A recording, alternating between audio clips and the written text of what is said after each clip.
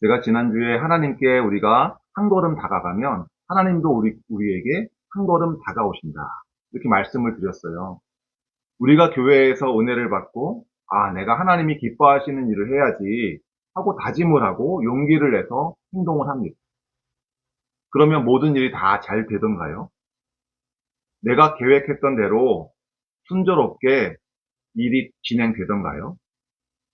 때로는 뜻대로 되지 않는 것을 우리가 경험합니다. 예를 들면 제가 서점에 가서 좋은 전도 책자를 발견했어요. 그래서 이걸 내 친구들한테 보내줘야겠다 싶어가지고 그걸 사가지고 포장해서 친구들한테 쫙 보냈습니다. 그러면 그 다음날 전화가 옵니다. 앞으로 나한테 이거 보내지 말라고 항의 전화가 와요. 이렇게 우리는요, 하나님이 기뻐하시는 일을 하려고 하는데 현실적인 벽에 부딪힙니다. 사람들의 반대에 직면하게 됩니다. 이럴 때 우리가 어떻게 해야 될까요? 나는 분명 하나님이 이렇게 내가 일을 하면 하나님이 기뻐하실 거야, 이것은 하나님이 기뻐하시는 일이 틀림없어 라고 생각하고 시작한 건데 벽에 부딪힐 때 우리가 어떻게 해야 될까요? 이 길이 아닌가 보다 하고 포기해야 될지, 아니면 포기하지 않고 계속 쭉 밀고 나가야 될지, 어떻게 하면 우리가 이런 장애물들을 극복할 수 있을까요? 오늘 이 점에 대해서 생각해 보고자 합니다. 오늘 하나님이 기뻐하시는 일을, 선한 일을 시작한 두 사람이 있습니다. 베드로와 요한이었습니다. 이들에게 어떤 일이 일어나는지를 오늘 본문을 통해서 살펴보고자 합니다. 한 장애인이 있었어요. 이 사람은 날 때부터 다리에 장애가 있어가지고 걷지를 못해요. 걷지를 못하니까 일도 못하죠. 성전 문 앞에서 지나다니는 사람들에게 구걸을 하면서 먹고 사는 사람입니다. 그래서 아침마다 친구와 친척들이 이 사람을 매다가 성전 문 앞에 내려주는 거예요. 그러면 그 사람은 거기에 앉아서 하루 종일 동냥을 하는 겁니다. 이 사람이 구걸을 시작하기 전에 아마도 하나님께 기도했을 거예요. 뭐라고 기도했을까요? 하나님, 오늘 일용할 양식을 달라고, 날 좀 먹고 살게 해달라고, 오늘 마음씨 좋은 사람들 많이 만나서 내 이 동양 그릇이 동전으로 가득 채워달라고, 이렇게 기도했겠죠. 이 사람의 기도가 이루어질까요? 베드로와 요한도 성전을 지나다닐 때마다 이 사람을 봤어요. 아이고, 저 사람 오늘도 또 나왔구만. 근데 그날은 달랐습니다. 베드로와 요한이 그 사람을 주목해서 그 사람을 향해서 걸어가기 시작합니다. 그 사람은 베드로와 요한이 다가오니까 동전 한 입 주려나 싶어가지고 베드로와 요한을 바라보며 이렇게 동냥통을 이렇게 내밉니다. 근데 베드로가 그 사람의 손을 붙잡고 기도하기 시작합니다. 사도행전 3장 6절입니다. 베드로가 말하기를 은과 금은 내게 없으나 내게 있는 것을 그대에게 주니 나사렛 예수 그리스도의 이름으로 일어나 걸으시오. 그리고 기적이 일어납니다.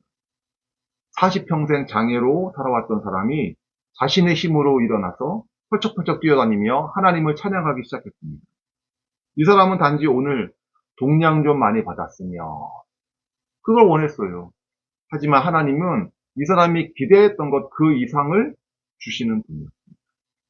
이것이 베드로와 요한이 예수의 이름으로 기적을 일으킨 첫 번째 사건이었습니다. 과거에 예수님이 하셨던 일들을 이제는 누가 하는 거예요? 예수님의 제자들이, 사도들이 예수님의 뒤를 이어서 예수님의 이름으로 사람들에게 기적을 행합니다. 요한복음 14장 12절 13절은 이렇게 말합니다. 내가 진정으로 진정으로 너희에게 말한다. 나를 믿는 사람은 내가 하는 일을 그도 할 것이요 그보다 더 큰 일도 할 것이다. 그것은 내가 아버지께로 가기 때문이다. 너희가 내 이름으로 구하는 것은 내가 무엇이든지 다 이루어 주겠다. 이것은 아들로 말미암아 아버지께서 영광을 받으시게 하려는 것이다. 사람들은 모두 이 광경을 보고 놀랐습니다. 아니, 저 사람은 장애가 있어가지고 늘 저기 앉아서 구걸하던 사람인데 이 사람이 뛰어다니니까 사람들이 놀라는 거예요. 장애인을 붙잡고 얘기합니다. 아니 도대체 어떻게 된 일이요? 그러자 그 사람이 베드로와 요한을 가리키면서 저들이 나를 고쳐줬습니다. 라고 말합니다. 사람들이 우르르 몰려가서 베드로와 요한을 우러러 봅니다. 그러자 베드로와 요한은 자신의 영광을 구하지 않고 모든 영광을 누구에게 돌렸어요? 하나님께, 예수님께 돌렸습니다. 사도행전 3장 16절입니다. 같이 읽겠습니다. 그런데 바로 이 예수의 이름이 여러분이 지금 보고 있고 잘 알고 있는 이 사람을 낫게 하였으니 이것은 그의 이름을 믿는 믿음을 힘입어서 된 것입니다. 예수로 말미암은 그 이름이 이 사람을 여러분 앞에서 이렇게 완전히 성하게 한 것입니다. 사람들은 모두 기뻐하며 놀라운 일을 이루신 하나님께 찬양하며 영광을 돌렸습니다. 그런데 이 사건을 목격하고 마냥 기뻐할 수 없는 사람들이 있었어요. 예수를 십자가에 못 박았던 대제사장 무리들이었습니다. 그들은 베드로와 요한을 재판에 불러가지고 그들을 신문하기 시작합니다. 도대체 어떻게 된 일이냐? 너희들은 누구의 능력으로 이 같은 일을 행하느냐? 하고 베드로와 요한을 신문하기 시작했습니다. 그들은 과거에도 예수님이 기적을 일으키자 불러다가 예수님이 사탄의 능력으로 이런 일을 하는 것 아니냐? 하면서 고발했던 사람들이에요. 이제는 누구를 신문하고 고발해요? 베드로와 요한을 같은 죄목으로 고발하고 있습니다. 베드로와 요한의 입장에서는 황당하죠. 아니, 나한테 왜 이런 일이 생기지? 우리는 단지 장애 있는 사람을 도와준 것뿐이야. 왜 우리를 고발하는 거야? 내가 왜 하나님 일을 하려고 하면 할수록 왜 나한테는 왜 이렇게 고난이 끊이질 않는 거야? 이런 식으로 불평할 수 있었지만 베드로와 요한은 불평하지 않았습니다. 베드로와 요한은 자신들이 재판정에 끌려와서 고난을 당하는 것을 이상한 일로 여기지 않았습니다. 예수님의 길을 따라가는 제자들은 당연히 자신들도 예수님의 길을 가야 되고 예수님의 고난을 자신들도 받아야 된다고 생각했어요. 이것을 당연한 일로 생각했습니다. 우리도 하나님 일을 하다가 내 생각대로 안 될 때, 현실적인 벽에 부딪힐 때 이상한 일로 생각하지 마십시오. 나한테만 일어나는 일이 아니에요. 예수님이 겪으신 일이고 예수님을 따르던 제자들도 똑같은 일을 겪었습니다. 그래서 우리도 용기를 내시고 힘을 내시기를 바랍니다. 베드로와 요한은 이 기회를 활용하기 시작했습니다. 대제사장들 무리 앞에서 종교 지도자들 앞에서 담대하게 예수를 증언하기 시작했습니다. 사도행전 4장 10절입니다. 여러분 모두와 모든 이스라엘 백성은 이것을 알아야 합니다. 이 사람이 성한 몸으로 여러분 앞에 서게 된 것은 여러분이 십자가에 못 박아 죽였으나 하나님이 죽은 사람들 가운데서 살리신 나사렛 예수 그리스도의 이름을 힘입어서 된 것입니다. 이렇게 이들이 담대하게 증언하기 시작하자 재판정이 막 술렁이기 시작했어요. 아니 베드로와 요한 저 사람은 갈릴리 촌사람들 아닌가? 근데 어떻게 저들이 이렇게 논리적이고 신학적인 발언을 한단 말이지? 하고 재판정에 있던 사람들이 모두 깜짝 놀랐습니다. 당황한 그들은 재판을 서둘러 마무리하면서 그들을 위협하기 시작합니다. 사도행전 4장 18절입니다. 그런 다음에 그들은 그 두 사람을 불러서 절대로 예수의 이름으로 말하지도 말고 가르치지도 말라고 명령하였다. 하지만 베드로와 요한은 전혀 위축되지 않았어요. 오히려 그들에게 묻습니다. 사도행전 4장 19절 20절입니다. 그때에 베드로와 요한은 대답하였다. 하나님의 말씀을 듣는 것보다 당신들의 말을 듣는 것이 하나님이 보시기에 옳은 일인가를 판단해 보십시오. 우리는 보고 들은 것을 말하지 않을 수 없습니다. 이 베드로와 요한의 이 담대한 모습 너무 멋있지 않습니까? 그런데 불과 2개월 전만 해도요, 이 사람들이 이렇지 않았어요. 2달 전에 대제사장의 사병들이 예수님을 잡으려고 오던 그 밤에 요한은 뒤도 안 돌아보고 도망갔고요. 베드로는 예수님을 잡아가는 그 사람들을 따라서 대제사장의 집에 따라갔어요.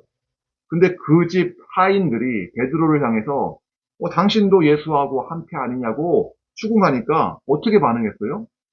베드로는 아니라고. 생사람 잡지 말라고. 나 예수 모른다고. 극구 부인했어요. 3번이나 부인했던 사람이 베드로였어요. 이랬던 사람들이 어떻게 2달 만에 이렇게 180도 달라진 거죠? 어떻게 이들은 이렇게 담대해진 걸까요? 첫 번째로 이들이 부활하신 주님을 만났기 때문입니다. 부활이 없다면요, 세상에서 제일 중요한 게 뭐예요? 내 목숨이에요. 내 목숨이 제일 중요하죠. 베드로가 자기 살자고 부인한 거, 이거 어떻게 보면 당연한 겁니다. 저라도 그랬을 것 같아요. 나부터 살고 봐야죠. 하지만 부활하신 예수님을 직접 만나고는요, 모든 것이 180도 바뀌었습니다.